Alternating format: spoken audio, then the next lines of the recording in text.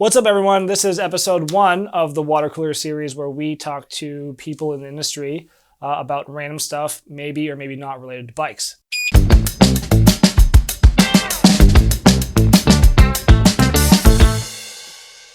Today, we have Ian, my boss, so obviously industry, here to talk about some random stuff. He's got some hot takes on a few topics, and we'll argue about things. What's up, Ian? How much are you? I'm stoked that you have hot takes on stuff. I don't think they're, I think when they're your opinion, you don't think they're hot, and then you throw it out there. They become hot. Yeah, Depends who you talk to. Yeah. For sure. Yeah. All right, let's get into it. Your first go. hot take was coffee, and you said that you had a very strong opinion about the way people consume coffee. Congratulations, you're stupid in 3 languages. Look, Dick, venti is a large coffee. Very strong. And I had been thinking this for a while.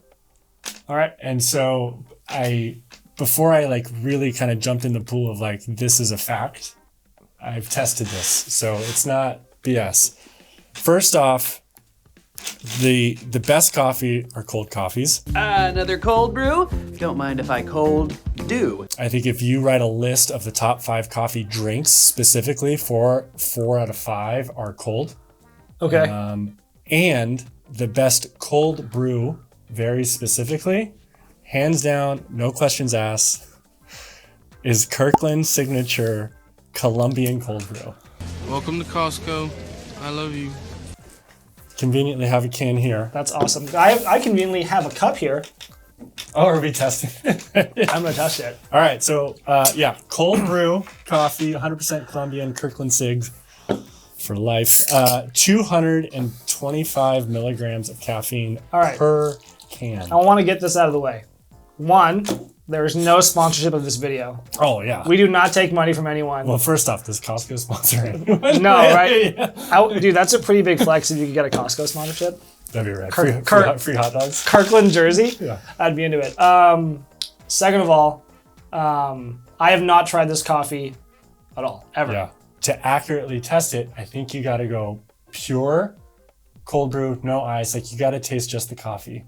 So if you're a cream and sugar guy and that sort of thing, and you're comparing it to a cream and sugar setup, it's not an accurate comparison. I'm on board with this argument because I take my coffee black 100% of the time. Yeah, I do too. So, okay. All right, well, I'll sip it. Let's see. Okay. Honestly, I don't care what you think.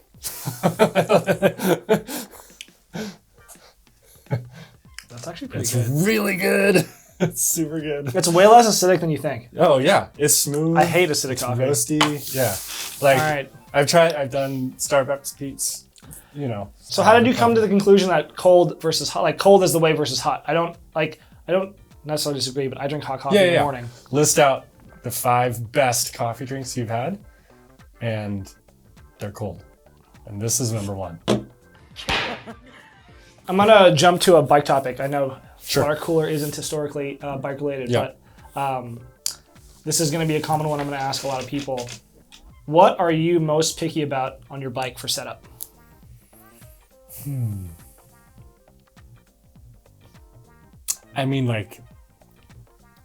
It's hard not to say it all, but this is another way I'm thinking of the question, is the things that bug me the most when they aren't done well. Yep. Particularly my friends' bikes, when I see them set up, is mismatching water bottle cages. Huh. That drives Okay. me crazy. No, I can see that. Or really sloppy saddlebags that are loose and big and Hanging giant. off. They're I want to fit my phone in there. No, no, you don't. You don't want to put your phone in there. So, those ones. And if my friends are watching this, they know who they are. So, another one that I want to talk to you about, because this is pretty relevant to you specifically, is the concept of Strava King. So there are people, right, in any neighborhood or locale who own the locale. yeah. Right? So there is there is someone who owns all the Strava points where we live. Is that a good thing? Is it a bad thing? Does it matter? Does it only matter for people who are overly competitive? I don't think I've ever thought of it as a good or bad thing. It just is a thing. Yeah, I know the Strava king in my neighborhood, and like what? I guess what would people's issue be with it? Well, I remember there was an issue like a long time ago when Strava first started that like people were getting hurt trying to set records. Tell her 2 times 'cause you're more like me. If there was any other vehicle for those people to know that, this person, the X person was beating them up the hill, they still would have gone nuts trying to get up the hill. So, do you make it a point to look at? Yeah. Only on particular segments that I think I have a chance. Sure. You know what I mean? Like there are ones that you're just like, oh, I'm so far off Nick, right? Or whatever. And then there are ones where you're like, oh, he hasn't ridden over here, so I think I have a chance. So what's annoying is like there's only one KOM that I have a possible chance at, and it's right next to my house. And it keeps getting stolen by mountain bikers who leave their Strava on and drive home. Oh. And so like I am the fastest, and I actually beat our like the Santa Cruz area's KOM king. And but I keep losing it to cars, and I've like protested, and I'm like, this is stupid, I don't care. But you do care. It's like the only KOM I have a chance at. Like I have some local legends. Like Disappointed! I'll jump back to not cycling, but travel, because you probably leave town more than anyone I know. What are your favorite, or what's been your most favorite hotel experience? I will put that into 2 categories. So I have 3. You know this. I have 3 kids. Right now, 11, 9, and 6. Soon to be 12, 9, and 6. So I'm going to categorize a family. That's fair. One, and then a not family one. The not family one was,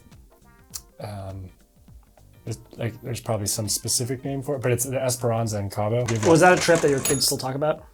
So that was a not kid one. Oh, my bad. Yeah. Okay. Esperanza is a not kid one. I mean, they like you could bring your kids and all that stuff, but I would put other hotels ahead. Sure. Of that as far as family, and unsurprisingly, like the Disneyland hotel in Disneyland is it's up there. My favorite one for family. Now, I don't know if we want to go down the Disneyland rabbit hole. That's a deep rabbit hole. That's a whole nother video. All right, we'll end on a recommendation with books. Mm-hmm. I traditionally am not a big reader, although I have been reading more recently. Give me that book. So, book recommendation. What have you read in the last little bit that you find entertaining or worthwhile, or that you would tell someone else to go read? Yeah, the 2 ones that stand out the most were also, actually there's 3. 3 that stand out the most to me were all recommendations of friends of mine, so I want to make sure I give credit where credit's due. But Ego is the Enemy. I think that's Ryan Holiday. 4,000 Weeks. Just the average lifespan is 4,000 Weeks. There you go. Anyway, it talks about, he calls it like a time management book, but it's not, I don't think it's like a time management book. It's like a time perspective Fair book, enough. which is really good. The Coddling of the American Mind is great. Who wrote that? I've heard people. I've had people tell me There's to 2 read people. that You before. gotta read it. All right, that's gotta nice. read I'll order it later. And then I just read one that was I just looked up some Navy SEAL book. One thing that I found helps me on long rides keep going is hearing other physical accomplishments that people have made, and I'm like, oh my god, this is nothing. Yeah. Exactly, So there's some Navy SEAL book. Oh god, I gotta look it up. Sorry, hold on. I don't know the. I'll jump in while you're looking that up. I read purely for entertainment, so most of the books I read are fiction. But when I heard that The Terminal List was coming out on Amazon Prime, I wanted to read the book first. Mm-hmm. So I read the first book in that series. It's by Jack Carr, who was also a Navy SEAL. Mm-hmm. And I thought that was super entertaining. Yeah. I think because it was written by someone who has the experience doing all those things. Yeah. Like he could get into really romantic detail with all the things that he had his hero do in the book. Mm-hmm.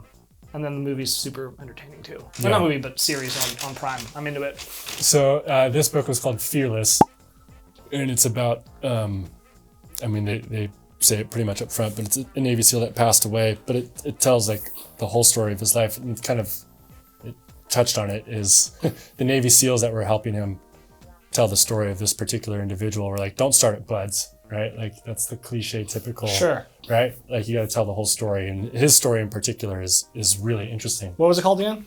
Fearless. Fearless. Got it. So it's a good one. Sweet. Well, that about wraps it up. Thanks, Awesome. Ian. Is that it? Yeah, no, Awesome. you can get back to work. I know I pulled you away from doing some stuff. Yeah. But thanks for taking the time. Yeah, for sure. Sweet. See ya. Thanks, guys. Bye. I'm one of the guys who like, within the first 30 minutes of my ride, I'm already thinking about what I'm gonna eat when I'm done.